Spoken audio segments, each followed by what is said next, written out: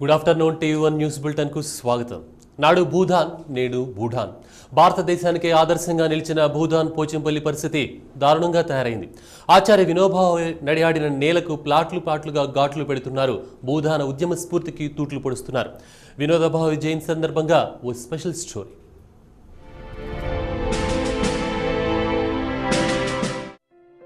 భూదాన్ పోచంపల్లి నల్గొండ జిల్లాలోని ఈ మారుమూల పల్లె ఒకప్పుడు దేశానికే ఆదర్శంగా నిలిచిన గ్రామం. ఆచార్య వినోబా భావే ఆశయం, వెదిరి రామచంద్రారెడ్డి దాతృత్వం దళితుల జీవితాల్లో కొత్త వెలుగులు నింపాయి. 1951లో సర్వోదయ నాయకుడు మహాత్మా గాంధీ శిష్యుడు ఆచార్య వినోబా భావే దేశవ్యాప్త పర్యటనలో భాగంగా హైదరాబాద్కు వచ్చారు. శివరాంపల్లిలో జరిగిన 3వ అఖిల భారత సర్వోదయ సమ్మేళనంలో పాల్గొన్నారు. ఆ టైంలో తెలంగాణ సాయుధ పోరాటం తీవ్ర స్థాయిలో ఉంది. శాంతి స్థాపనకు నడుం బిగించిన ఆయన పల్లెల్లో దళితుల పరిస్థితి చూసి చలించిపోయారు. 1951 ఏప్రిల్ 18న వినోబా భావే పోచంపల్లిని సందర్శించారు. గ్రామ పెద్ద వెదిరి రామచంద్రారెడ్డి ఆధ్వర్యంలో స్థానికులు ఆయనకు ఘనస్వాగతం పలికారు. జువ్వి చెట్టు కింద మీటింగు ఏర్పాటు చేశారు. భూమి లేదు, బొవ్వలేదని నిరుపేదలు ఆయనకు తమ గోడు చెప్పుకున్నారు. మీ జీవితాలు బాగుపడాలంటే ముందు మద్యం బంద్ చేయాలని వాళ్ల నుంచి వాగ్దానం తీసుకున్నారు వినోబా భావే. భూమి లేదని దళితుల్ని ఆదుకునేందుకు దాతలు ముందుకు రావాలని పిలుపునిచ్చారు. అక్కడే ఉన్న వెదిరి రామచంద్రారెడ్డి వెంటనే స్పందించారు. 100 ఎకరాల భూమిని విరాళమిచ్చారు. వినోబా సమక్షంలో దళితులకు భూపంపిణీ చేసి భూదానోద్యమానికి శ్రీకారం చుట్టారు. రామచంద్రారెడ్డి దాతృత్వంతో పోచంపల్లి భూదాన్ పోచంపల్లిగా చరిత్రకెక్కింది. ఆ ఇద్దరి మహానుభావులు బడుగు బలహీన దళిత వర్గాల ఆరాధ్య దైవాలుగా పూజలు అందుకుంటున్నారు. ఇక్కడ జూవి చెట్టు ఉంది. ఆ జూవి చెట్టు కింద అరుగుండే, ఆ అరుగు మీద మీటింగ్ పెట్టారు. మీటింగ్ పెడితే ఆ టైంలో ఎదురే రావినారాయణ రెడ్డి అని ఉండే, ఆయన కూడా వచ్చిండు మీటింగ్లకు. ఆయన కూడా మీటింగ్ చెప్పిండు. కుండల మీద సర్వోదయం అని చెప్పి రాసిండు. రాస్తే సర్వోదయం అని చెప్పి రాసిండు. భూదాన్ పోచంపల్లి అని అక్కడ పేరు ఆయన చెప్పారు అన్నట్టు. 100 ఎకరాలు దానం ఇచ్చిండు కదా బయసాబు గారు. ఆ 100 ఎకరాల దానం మీకే ఇస్తున్నా, మీరు నాకు దానం ఇచ్చారు, మద్యపానం నాకు దానం ఇచ్చారు కదా, ఈ 100 ఎకరాలు మీకు ఇస్తున్నాం అని చెప్పేసి వినోబాజీ వచ్చింది. ఇక్కడ జూవి చెట్టు కింద కూర్చుండు. అట్లా అడికెళ్ళి తీసుకొచ్చి మందిరంలో కూర్చుండబెట్టుకున్నాం. అక్కడ మాకు ఒక 4 భూములు దానం ఇచ్చిండు. దానం ఇస్తే దాన్ని మేము కాస్త చేసుకుంటున్నాం. పంట పండించి భూమి మా పేరు మీద చేసుకున్నాం. పేరు ఘనం, కానీ ఈ ఊళ్ళో ఇంకా భూమి లేని పేదలున్నారు. సర్కారుకు ఎన్ని అర్జీలు పెట్టుకున్నా కనికరించడం లేదని వాపోతున్నారు.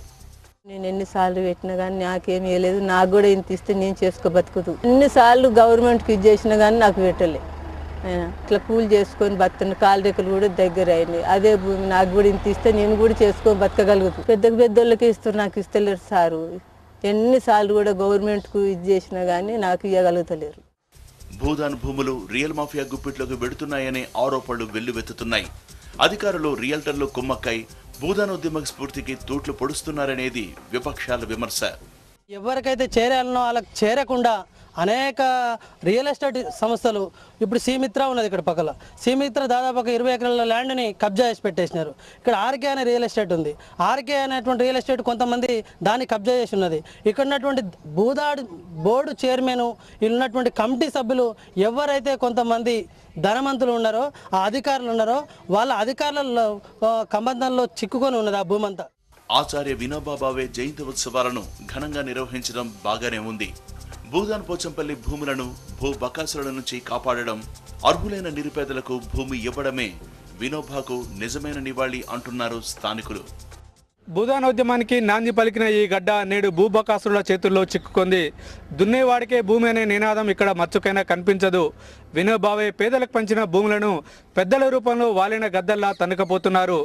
మహానుభావుల ఆశయాలను సాధించాల్సిన ప్రభుత్వం మాత్రం నిమ్మకు నీరెత్తినట్లు వ్యవహరిస్తోంది. అన్యాక్రాంతమైన భూదాన్ బోర్డు భూములను కాపాడి పేదలకు పంచాల్సిన అవసరం ఉంది. భూదాన్ పోచంపల్లి నుంచి camera person కుశల్తో Revan, TV9 Nalgonda. జలయజ్ఞంపై సంచలన వ్యాఖ్యలు చేశారు కాంగ్రెస్ నేత పాల్వాయి గోవర్ధన్ రెడ్డి. జలయజ్ఞం పేరుతో ప్రజాధనం లూటీ అయ్యిందన్నారు ఆయన. దీనిపై విచారణ జరపాలని ప్రధానికి ఫిర్యాదు చేశారు. కాంట్రాక్టర్లు, నేతలు, ఇంజనీర్లు కుమ్మక్కై వేల కోట్లు మింగేశారని ఆరోపించారు పాల్వాయి.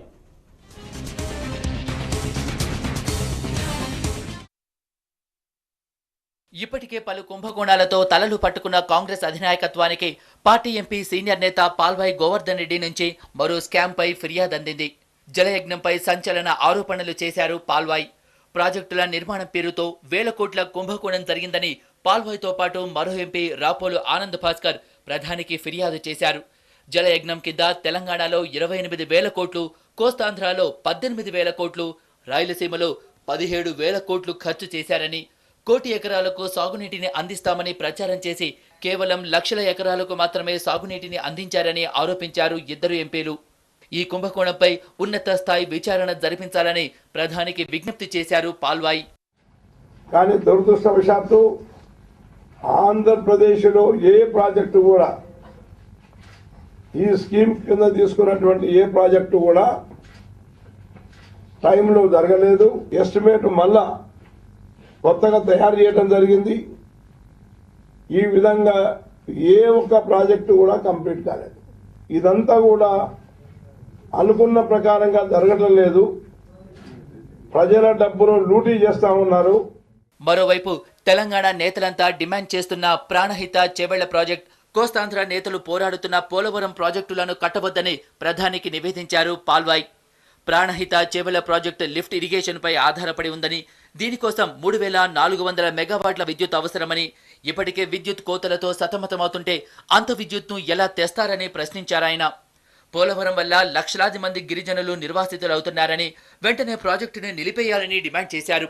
ఎస్ఆర్ఎస్పీ రిజర్వాయర్లోనే నీళ్ళు లేవు, దాని ఆయకట్టుకే నీళ్లు సప్లై చేయడం లేదు. ఇటువంటి సందర్భంలో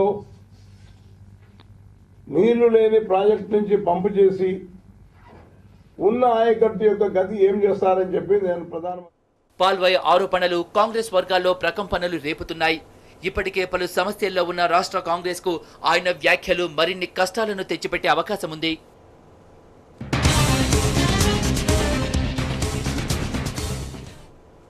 అంతరిక్షం ఓ అద్భుతం. పరిశోధనల కోసం అక్కడికి వెళ్లేవాళ్ళు ఏం చేస్తారు?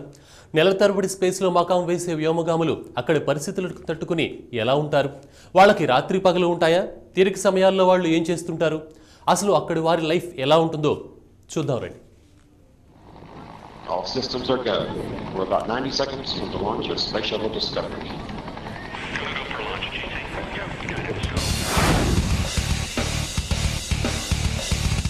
సోయజ్ రాకెట్ బయలుదేరింది. నాసా ఎక్స్పెడిషన్ 33 మిషన్ ప్రారంభమైంది.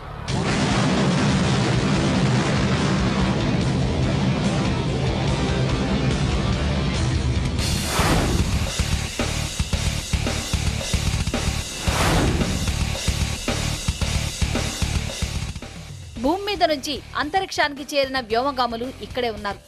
భారత సంతతి అమెరికన్ ఆస్ట్రోనాట్ సునీత విలియమ్స్ తో పాటు మరో 3 ఐఎన్ఎస్లో రీసెర్చ్ ప్రారంభించారు. వీళ్ళంతా 4 నెలల పాటు ఐఎన్ఎస్ నుంచే పరిశోధనలు చేస్తారు. అంతరిక్షం నుంచే అమెరికా అధ్యక్ష ఎన్నికల్లో ఓటు వేస్తానని సునీత చెప్పింది. అంతేకాదు, ఒలింపిక్స్ క్రీడల్ని కూడా అంతరిక్షం నుంచే వీక్షిస్తానని ఆనందంగా ప్రకటించింది. ఇదంతా వినడానికి ఆసక్తిగానే ఉంటుంది.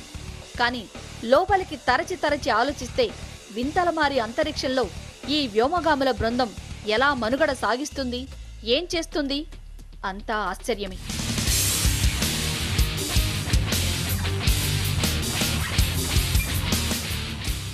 ఈ టీం అంతరిక్షంలోని నీటిలో ఉండే జీవులపై అధ్యయనం చేస్తుంది. కానీ ఇన్ని నెలల పాటు ఐఎన్ఎస్లో సునీత అండ్ టీం ఎలా ఉంటారు, ఏం చేస్తారు? ఇలాంటి ఎన్నో ప్రశ్నలు సగటు మనిషి బుర్రని తొలిచేస్తాయి. అంతేకాదు, స్పేస్లోకి వెళ్లిన మనిషి ఎలా ఉంటాడు, ఎక్కడ నిద్రపోతాడు, ఏమేం తింటాడు, ఎలాంటి బట్టలు వేసుకుంటాడు, అక్కడి వాతావరణ పరిస్థితులు ఎలా ఉంటాయి? అవును, ఇలాంటి ప్రశ్నలు సహజంగానే ఉదయిస్తాయి. నిజానికి భూమి మీద పరిస్థితులు వేరు, అంతరిక్షంలో వేరు. అక్కడ మనకి ప్రతి విషయము ఆశ్చర్యం కలిగిస్తుంది. కదలికల నుంచి అంతరిక్షంలో నడక వరకు అంతా వింత ప్రయాణం. ఇక్కడికి అక్కడికి చాలా తేడాలుంటాయి.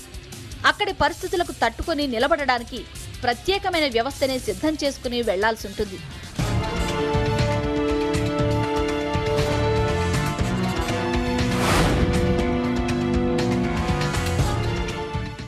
ఈ ప్రశ్నకు సమాధానం సునీత అండ్ టీం ఇస్తుంది. ప్రకృతి విపత్తులను ఎదుర్కోగలిగే మార్గాలను అన్వేషిస్తుంది ఈ బృందం.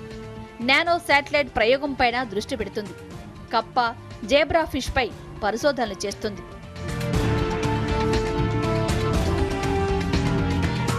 ఇంకా మరెన్నో ప్రశ్నలు. ఖాళీ సమయాల్లో ఆస్ట్రోనాట్లు ఏం చేస్తారు? స్నానాలు చేస్తారా? కాలకృత్యాల సంగతేంటి?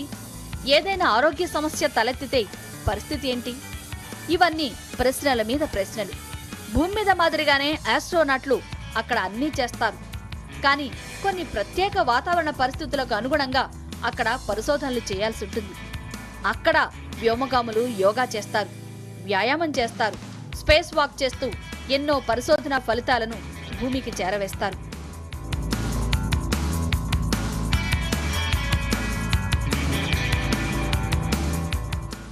ఇక్కడి నుంచి బయలుదేరినప్పటి నుంచి తిరిగి వచ్చేదాకా అనుక్షణం అప్రమత్తంగా ఉంటారు ఆస్ట్రోనాట్స్. ఏమాత్రం తేడా వచ్చినా ప్రాణాలకే ముప్పు పొంచి ఉంటుంది. కానీ అంతే ఛాలెంజింగ్గా కూడా ఉంటుంది.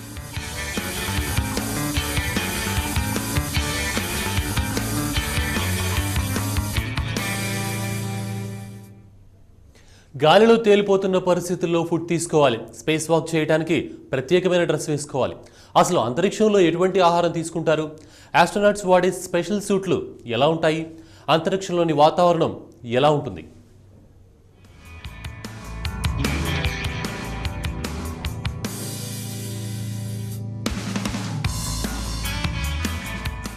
నెలల కొద్దీ అంతరిక్షంలో ఎలా ఉండగలరు అనేది ఎప్పటినుంచో చాలా మందికి వచ్చే సందేహం.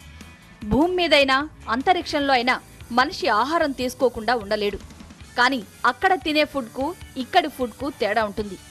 తీసుకునే విధంలో కొంచెం వ్యత్యాసం ఉంటుంది.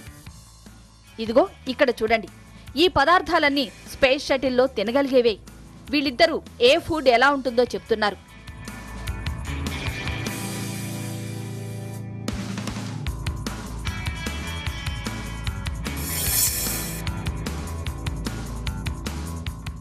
ఫుడ్ ఏదైనా ఇక్కడ చూపిస్తున్నట్లు ప్యాక్ చేసి ఉంటుంది. 1960లో అయితే స్పేస్ ఫుడ్ చిన్నగా అల్యూమినియం ట్యూబ్స్లో ఉండేది. అప్పట్లో చాలా తక్కువ ఫుడ్ తీసుకుని వెళ్లేవారు. ఎందుకంటే వీలైనంత తక్కువ బరువు ఉండాలని నిబంధనలు ఉండేవి. ప్లాస్టిక్ డబ్బాల్లో కూడా స్పేస్ ఫుడ్ తీసుకెళ్తారు. కొన్ని రకాల ఆహార పదార్థాలని మంచినీళ్లు కలిపి ఫుడ్గా తయారు చేస్తారు. మరో విషయం, ఇక్కడ ఓవెన్ కూడా ఉంటుంది. వేడి చేసి మరీ కొన్ని పదార్థాలు ఆరగిస్తారు.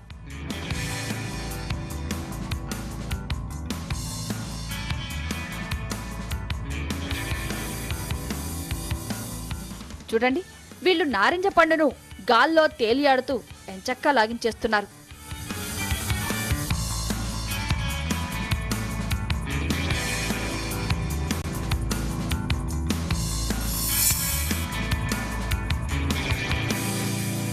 అపోలో అంతరిక్షంలో హడావుడి చేస్తున్న టైం అది. అప్పుడే అంతరిక్షంలోకి తీసుకెళ్లే పదార్థాల్ని పెంచారు. ఇవాల్టికి 150 రకాల ఫుడ్ ఐటమ్స్ పైకి తీసుకెడుతున్నారు. అదే ఇంటర్నేషనల్ స్పేస్ స్టేషన్లో అయితే ఏకంగా 300 రకాల ఆహార పదార్థాలతో మెనూ ఉంటుంది.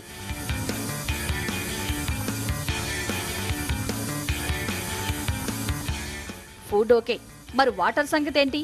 అదిగో అక్కడికే వద్దాం. ఈ విజువల్ చూస్తే మరి మీకు వాటర్ తాగే పద్ధతి ప్రత్యేకంగా చెప్పనక్కర్లేదు. కాస్త వింతగా అనిపించినా ఆస్ట్రోనాట్స్ ఎంజాయ్ చేస్తున్నారు. మరి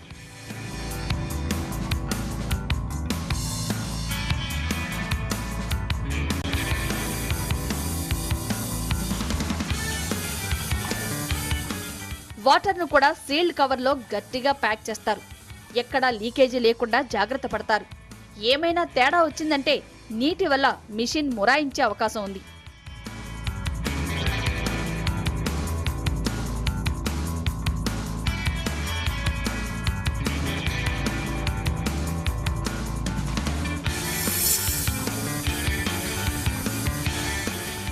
ఇదిగో స్పేస్ షటిల్ టేకాఫ్ అవుతోంది.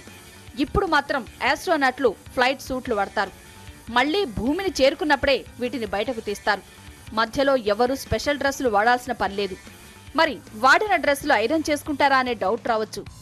అలాంటివన్నీ స్పేస్ షటిల్లో కుదరవు. అందుకే వాళ్ళు ఎక్కువ జతల బట్టలు, లోదుస్తులు తమతో పాటు తీసుకెడతారు. స్పేస్ షటిల్ నుంచి బయటకు అడుగుపెట్టి ఏదైనా పని చెయ్యాలి అనుకుంటే మాత్రం మళ్లీ స్పెషల్ స్పేస్ షూట్స్ వాడతారు.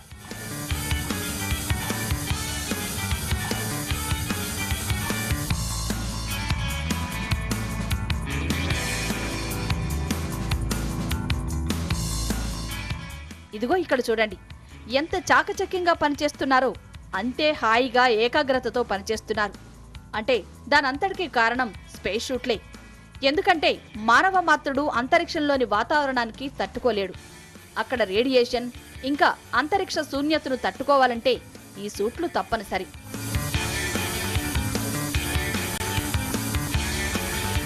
ఇదంతా ఒక ఎత్తైతే అసలు అక్కడ ఎలా ఉండగలుగుతున్నారు? అక్కడి పరిస్థితులు ఎలా ఉంటాయి? ఇక్కడ చూడండి, ఇప్పటి వరకు మీరు చూసిందే నిజం. అక్కడ ఆస్ట్రోనాట్స్ భారరహిత స్థితిలో ఉంటారు. అదెలా సాధ్యం అంటే స్పేస్ షటిల్లో గాలి పీడనాన్ని 1 అట్మాస్ఫియర్కు సెట్ చేస్తారు. ఇది భూమిపై ఉన్న వాతావరణ స్థితికి సమానంగా ఉంటుంది. స్పేస్ సెంటర్లో ఉష్ణోగ్రత, తేమ అన్నీ కంట్రోల్లోనే ఉంటాయి. దీంతో ఆస్ట్రోనాట్లు అందులో హ్యాపీగా ఉండగలరు. ఏకాగ్రత, హ్యాపీ అంటే గుర్తొచ్చింది. అంతరిక్షంలో జిమ్, మెడిటేషన్ ఇలాంటి ప్రక్రియలు కూడా ఉంటాయి.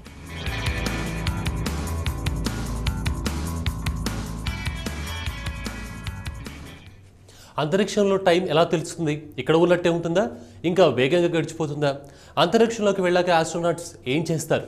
ఒక ఆహార పదార్థం భూమిపై ఎలా ఉంటుంది? అంతరిక్షంలో ఎలా ఉంటుంది? అక్కడ తినే తిండి రుచిగానే ఉంటుందా? తెలుసుకోవాలనే ఆసక్తి ఉండాలే, కానీ అక్కడ చాలా విషయం ఉంది.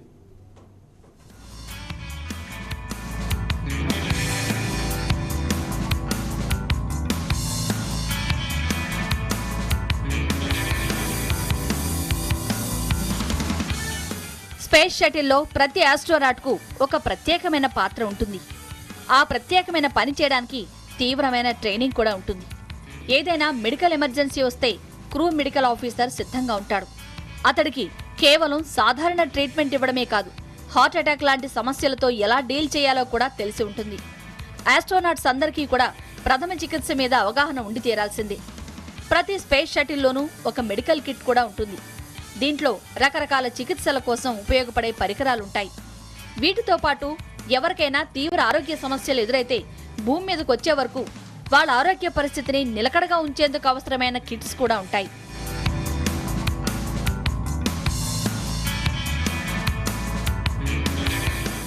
గురుత్వాకర్షణ లేని అంతరిక్షంలో గాలిలో తేలిపోతూ ఎలాగైనా పడుకోవచ్చు, ఏ దిశలోనైనా పడుకోవచ్చు. కానీ నిద్రపోయేటప్పుడు గాలిలో తేలుతూ ఉండడం ప్రమాదకరం. దేన్నైనా ఢీకొని గాయపడే అవకాశం ఉంది. అందుకే ఆస్ట్రోనాట్స్ స్లీపింగ్ బ్యాగ్స్ లేదా కంపార్ట్మెంట్స్ వాడతారు. పడుకునేటప్పుడు తమ శరీరాలను కాస్త వదులుగా కట్టేసుకుంటారు. దాంతో గాలిలో తేలే అవకాశం ఉండదు. భూమి మీదలాగే అంతరిక్షంలో కూడా పడుకోవడానికి కేటాయించేది 8 గంటలే. కానీ చాలాసార్లు ఆస్ట్రోనాట్స్ 6 గంటలకు మించి పడుకోరు. ఎందుకంటే పని తీవ్రత అంత ఎక్కువగా ఉంటుంది. కొన్నిసార్లు స్పేస్ షటిల్ విండో నుంచి బయట దృశ్యాలను చూస్తూ టైంను కూడా మర్చిపోతారు.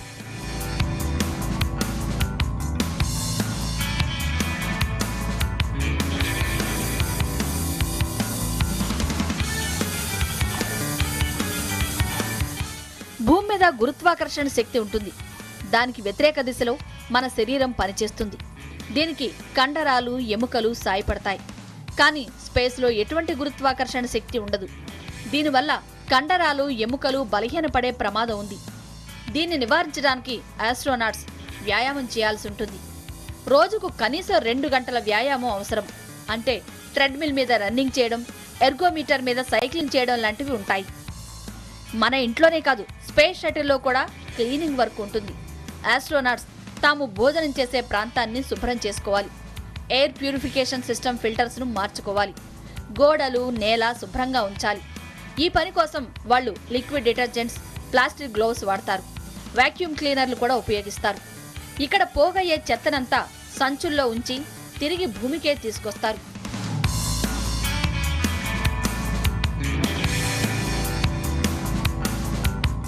అంతరిక్షంలో తలస్నానం చేయడం కూడా ఓ భారీ ప్రక్రియే. భూమి మీదలా అక్కడ షవర్ బాతులు ఉండవు. కాబట్టి తలస్నానం చేయడానికి కాస్త కష్టపడాలి, ఎక్కువ సమయం కేటాయించాలి.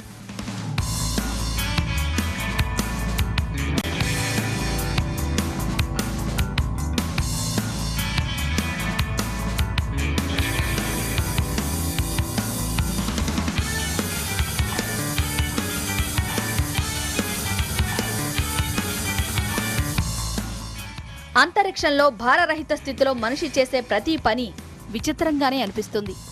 అటువంటి విచిత్రాలను నేరుగా ఆస్వాదించాలంటే కఠోరమైన ట్రైనింగ్ అవసరం. కొన్ని సందర్భాల్లో సరదా కాస్త ప్రమాదంగా మారే ప్రమాదం ఉంది. కానీ ఆస్ట్రోనాట్స్ దేనిని లెక్క చేయరు.